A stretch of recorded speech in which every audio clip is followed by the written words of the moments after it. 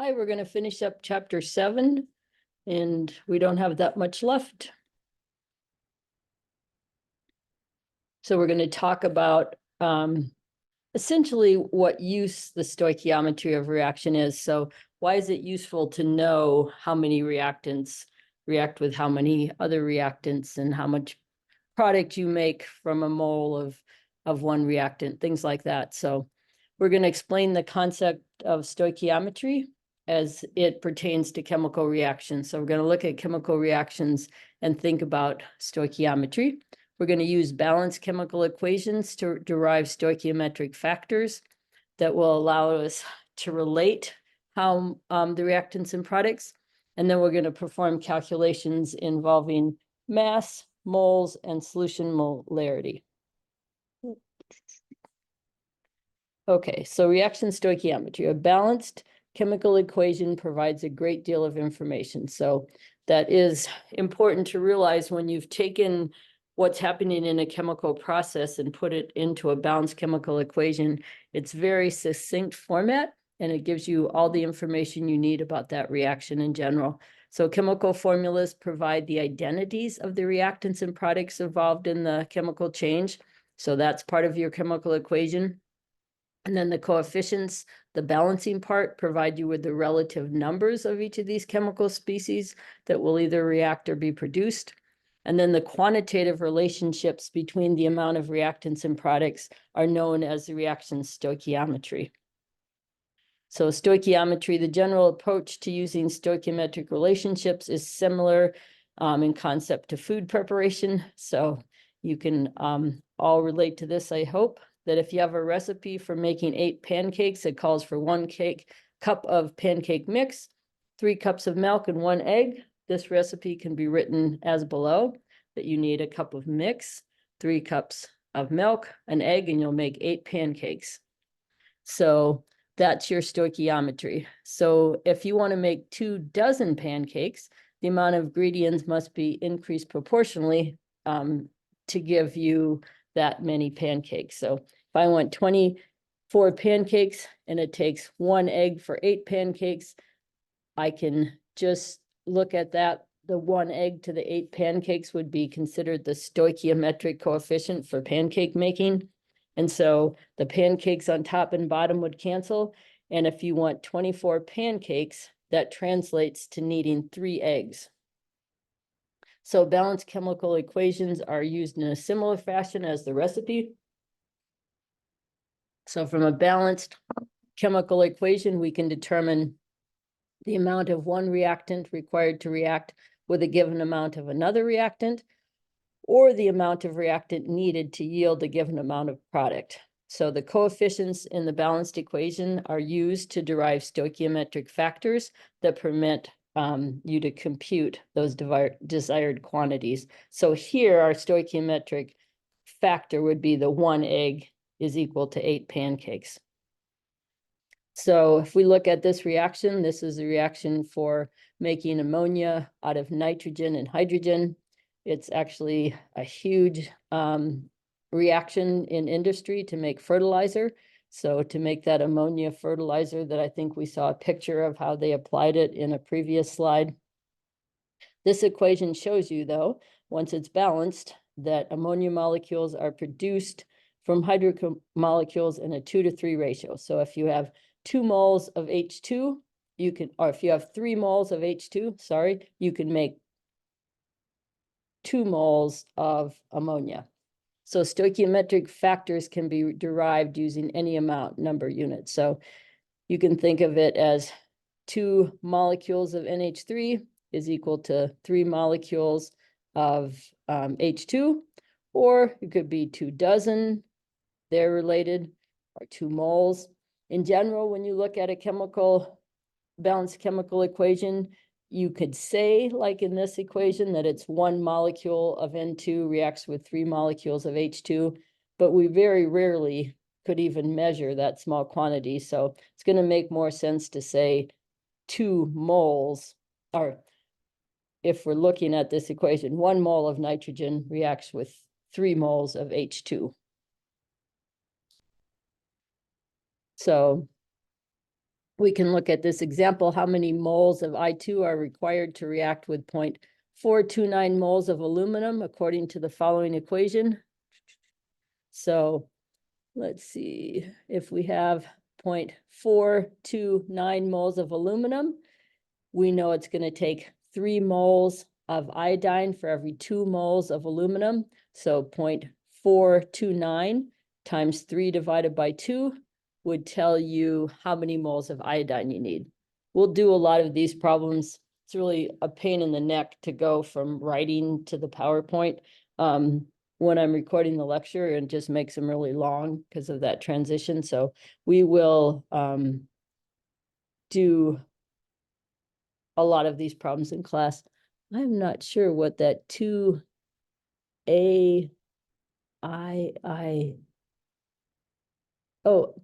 aluminum. Okay, that makes sense.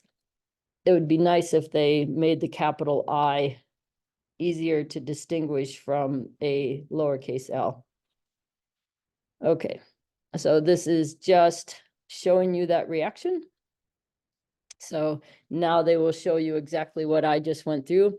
If you have the moles of aluminum and you know that the stoichiometric relationship to iodine is 3 moles of iodine to 2 moles of aluminum, you multiply by 3 moles of iodine over 2 moles of aluminum, and that will cancel the moles of aluminum.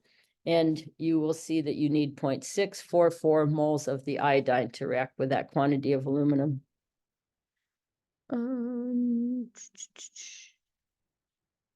I am not going to go through this one.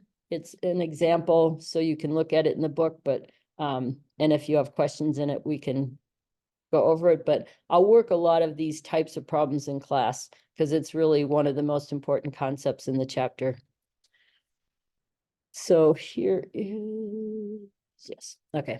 So what mass, here's another question, because we know we can directly relate number of molecules or moles because that's the number of particles. But when it comes to mass, we have to realize that this reaction is not saying that 1 gram of magnesium chloride reacts with 2 grams of sodium hydroxide, because the mass of each of those particles is different.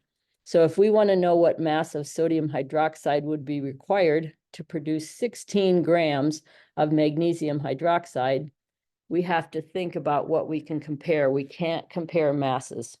So if we start out with the mass of the magnesium hydroxide, we can use its formula mass to convert that to moles of magnesium hydroxide. And then we can look at the stoichiometric ratio. So if you look at this reaction, it's 2 moles of sodium hydroxide reacts with 1 mole of magnesium chloride. So our stoichiometric relation is, our factor is 2 moles of sodium hydroxide over 1 mole of magnesium hydroxide. And then if we want to actually know the grams of the sodium hydroxide, at the end of the second calculation, we would have moles of sodium hydroxide. So if we multiply by the formula mass of sodium hydroxide, that will convert us to how many grams we'd actually have to measure on a balance. So this is another example. And I'm not going to do this one. You can look at this example in the text, so it must be a worked example. So for stoichiometry, examples 7, 8, and 10 illustrated few instances of reaction calculation.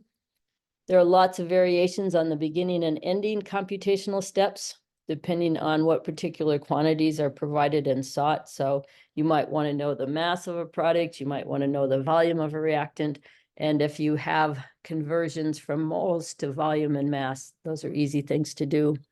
All these calculations share a common essential component, the use of a stoichiometric factor.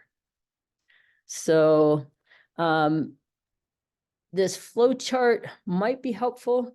I find it easier for me just to look at what units I'm dealing with, and then I know what conversions I have to make. The important thing about this figure is if you look in the middle, you only can compare moles to moles. So that pink part in the middle is reminding you, if you have information on A, one component, and you want to know information on B, you're never comparing mass of A directly to mass of B. You're always comparing moles to moles, and then you can convert after you have the moles into a volume or number of particles. Just a picture to show you what an airbag does. And an airbag is just a chemical reaction where you go from a small amount of solid into a large volume of gas, because gases have so much more volume than solids. And that's how an airbag works. Okay, so now we're going to talk about yields. So explain the concepts of theoretical yield, limiting reactant, derive the theoretical yield for a reaction, and calculate the percent yield for a reaction. So not new ideas, just a little bit different way to think about it. So if we go way back to the pancake example here, let's say that we had 7 eggs. Well, and we only wanted to make 24 pancakes. That means we'd have 4 eggs in excess. So excess reactant, how many can you make? All those questions aren't new ideas, but they're just a different way of looking at stoichiometry.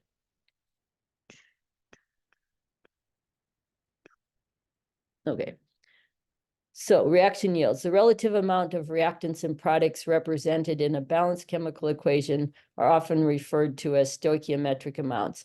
So if I know my reaction is balanced 1A and 2 Bs, and if I have 2 moles of B and 1 mole of A, then they're in their stoichiometric amounts. They're in the amounts that they should react together. So all the exercises in the preceding module involve stoichiometric amounts of reactants, but in more realistic situations, reactants aren't present in their stoichiometric amounts. So it's like saying back here, once again with the pancakes, that maybe I have a cup of pancake mix, but I have a cup and a half of milk and 3 eggs. Well, immediately I could look at that because that's an easy one to see. It would be the mix that was limiting how many pancakes I could make because I have excess milk and eggs. So it's the same idea when we look at reactions. So here we go. Instead of making pancakes, we're going to make grilled cheese sandwiches. So we have a slice of cheese and 2 slices of bread. We'll make 1 sandwich. But what happens if someone has a loaf of bread that has 28 slices and you have 11 pieces of cheese? Well, you know you can make 11 sandwiches with that recipe. And if you made 11 sandwiches, you would use all 11 pieces of cheese, but you'd only use 22 pieces of bread. So you'd have 6 pieces of bread excess left over after you're done making grilled cheese. All the provided cheese would be used and 6 slices of bread would be left over. So you have excess bread. The number of sandwiches prepared has been limited by the number of cheese slices. So in this case, because you have more bread than enough to make all 11 pieces of cheese into a sandwich, the limiting reactant is the cheese and the bread's in excess. And so this is just making that visual that after our reaction, so we have our balanced equation at the top, 1 sandwich equals 2 slices of bread and 1 piece of cheese. We're given that we have 11 pieces of bread, or 28 pieces of bread and 11 slices of cheese. And we can make 11 sandwiches, and our excess reactant that will be left over will be the bread, and there'll be 6 pieces left over. So now if we look at a chemical reaction, this is between hydrogen and chlorine gases to make hydrochloric gas. You could imagine combining 3 moles of H2 with 2 moles of Cl2. One approach for determining the limiting reactant involves just comparing the amount of product expected. That's usually the way I do it, because then you're 1 step away from getting your theoretical yield, which we'll do here in a second. The reactant yielding the lesser amount of product is the limiting one. Excuse me. So if we did it that way, we'd say, well, we said we had 3 moles of H2. You make 2 moles of HCl for every 1 mole. So if all of the H2 could react, you'd get 6 moles of HCl. We started out with 2 moles of Cl2. You get 2 moles of HCl for every 1 mole. And so you only can make 4 moles of HCl if all the chlorine could react. So the chlorine will be consumed once 4 moles of HCl are produced. The unreacted H2 will remain because it appears like we could make more HCl, but we don't have enough Cl2 to make it. So Cl2 is the limiting reactant and H2 is in excess. This is the way I like to do the calculations. This is just a visual of how that chemistry changes, that on the product side now you have leftover H2, and then you have a bunch of HCl, 8 HCl molecules. So the amount of product that can be produced by a reaction as calculated per the stoichiometry of an appropriate balanced chemical equation is called the theoretical yield. So that's how much, when you look at this, 8 molecules of HCl or 8 moles of HCl would be the theoretical yield. The amount of product obtained is called the actual yield, and it's often less than the theoretical yield for a number of reasons. Sometimes you can have competing reactions where you'll make a different product, and so you won't just have one reaction taking place.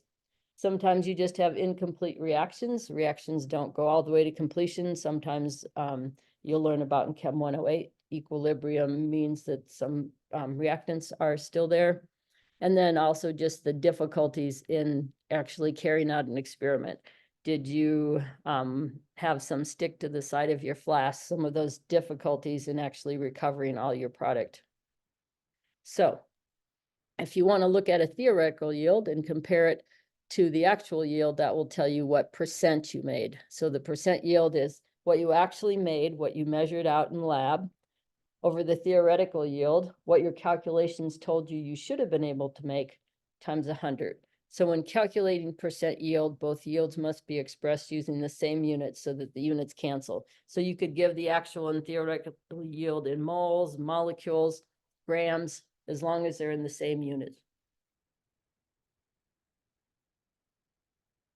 So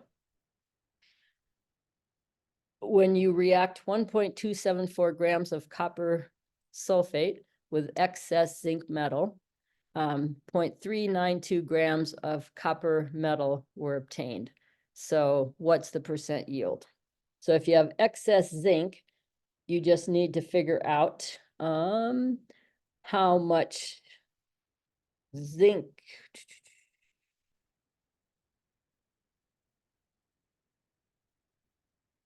Oh, okay, so we would just need to figure out how much copper solid we should theoretically make.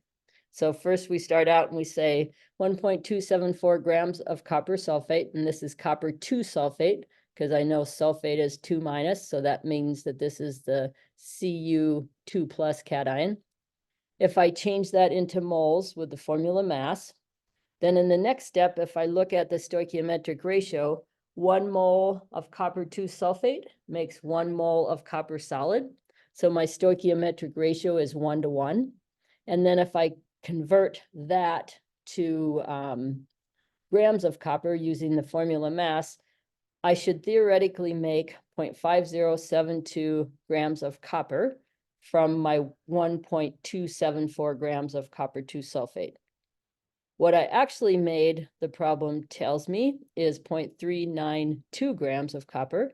So it's a simple calculation to say I have 0.392 that I actually measured in the lab, divided by what I theoretically thought I could make, 0.5072, times 100 tells me I had a 77.3% yield.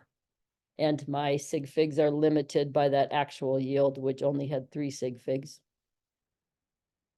This is just looking at ibuprofen and talking about the steps that you would use to make it. Quantitative chemical analysis. So describe the fundamental aspects of titrations and gravimetric analysis, and then perform calculations that would be typical of those 2 types of analysis. These are super important in the medical field, in the environmental field. They're very common ways to decide, for example, how much alcohol was in someone's blood or how much lead is in someone's water. So when we look at these are very common ways to analyze for quantities within systems.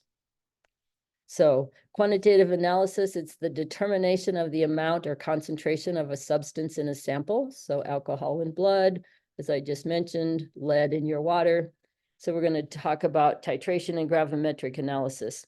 And in your last lab, you'll be doing a titration. We're going to do a virtual lab with a gravimetric analysis, but we won't actually do one. Okay, so when you're titrating, the titrant is the solution containing a known concentration of one reactant, and the analyte is the solution containing a reactant of unknown amount. So the analyte might be your water sample and you don't know how much lead is in it, and you might be titrating that with sulfate, which precipitates lead, something like that. So then you would know the concentration of the sulfate in the titrant. So measuring the volume of the titrant solution required for the complete reaction with the analyte gives you the equivalence point, the point at which you've reached stoichiometrically equivalent amounts of the two reactants. And when you calculate that, then you can get that concentration of the analyte in your solution. So usually in a titration, you have to use some sort of indicator, something that will change color, let you know when you've reached the endpoint and all of your reactant in your analyte has reacted.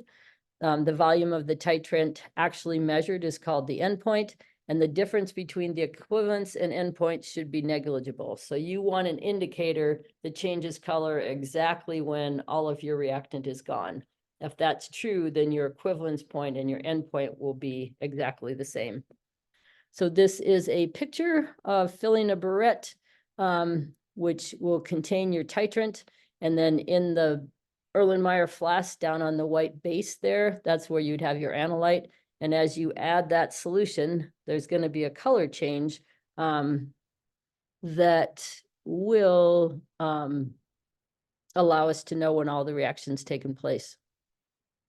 So here is an example. So the endpoint in a titration of 50 mils of aqueous HCl was reached by addition of 35.23 mils of 0.250 molar sodium hydroxide, and the titration reaction is given. What's the molarity of the HCl? So these problems are going to be very, very similar to just plain stoichiometry problems. So we start out with how much sodium hydroxide. We convert that into moles. So if you take a volume of sodium hydroxide, and we know that it's 0.250 moles in a liter, if I multiply that, so if I convert the milliliters to liters and multiply by the molarity, I end up with how many moles of sodium hydroxide. So after that second calculation, I know how many moles. And then I look at the stoichiometry, which says that sodium hydroxide reacts 1-to-1 with the HCl. So my stoichiometric factor is 1 mole of HCl per 1 mole of NaOH. So that tells me how much HCl was in my Erlenmeyer flask, 8.81 times 10 to the minus 3 moles. And then if I just want to convert that to molarity, which is what the question was, what's the molarity?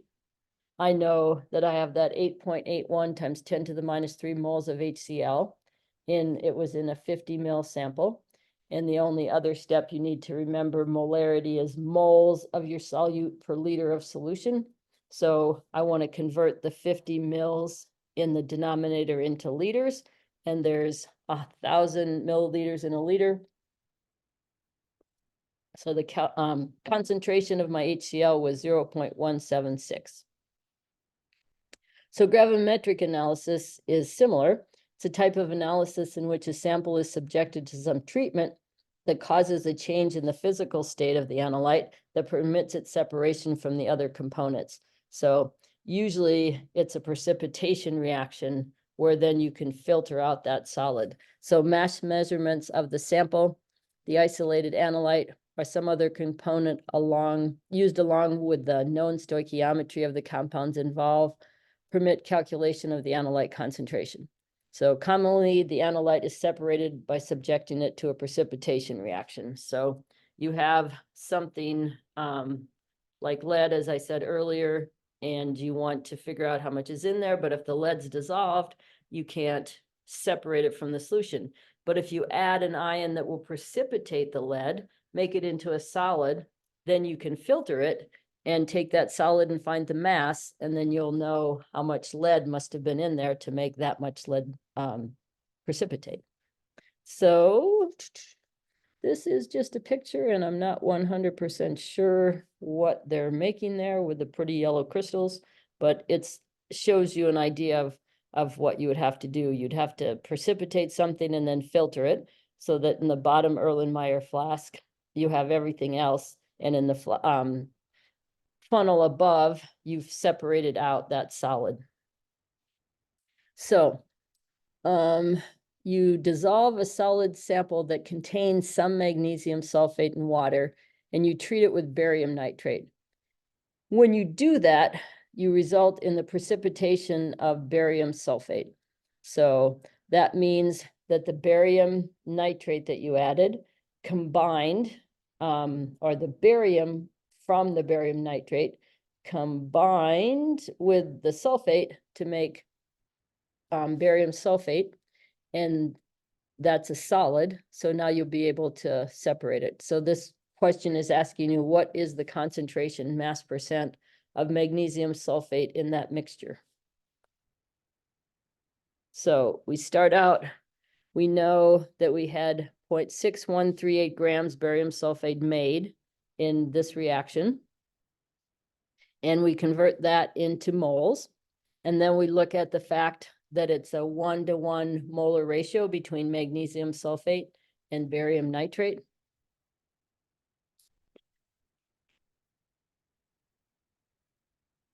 Oops, no, we want to look at the product, sorry. It has the same stoichiometry, but the stoichiometry between the magnesium sulfate and the barium sulfate is 1-to-1. Okay, so we're tracing it back to how much reactant had to be there. So after the second step, we have moles of magnesium sulfate that must have been present in my original solution. And then if I multiply that by the molar mass or formula mass of magnesium sulfate, I find that I should have had 0.3181 grams of magnesium sulfate present in this sample that was a mixture of magnesium sulfate with other things. So we had this sample that was 0.4550 grams, and this shows me that only 0.3181 grams of that was actually magnesium sulfate. So if I wanted to get the percent, I can just put the magnesium sulfate that I determined was present divided by the whole sample times 100, tells me that that sample was 69.91% magnesium sulfate. Combustion analysis is another common way to figure out the relative number of elements within a compound. So the elemental composition of hydrocarbons and related compounds can be determined via a gravimetric method known as combustion analysis.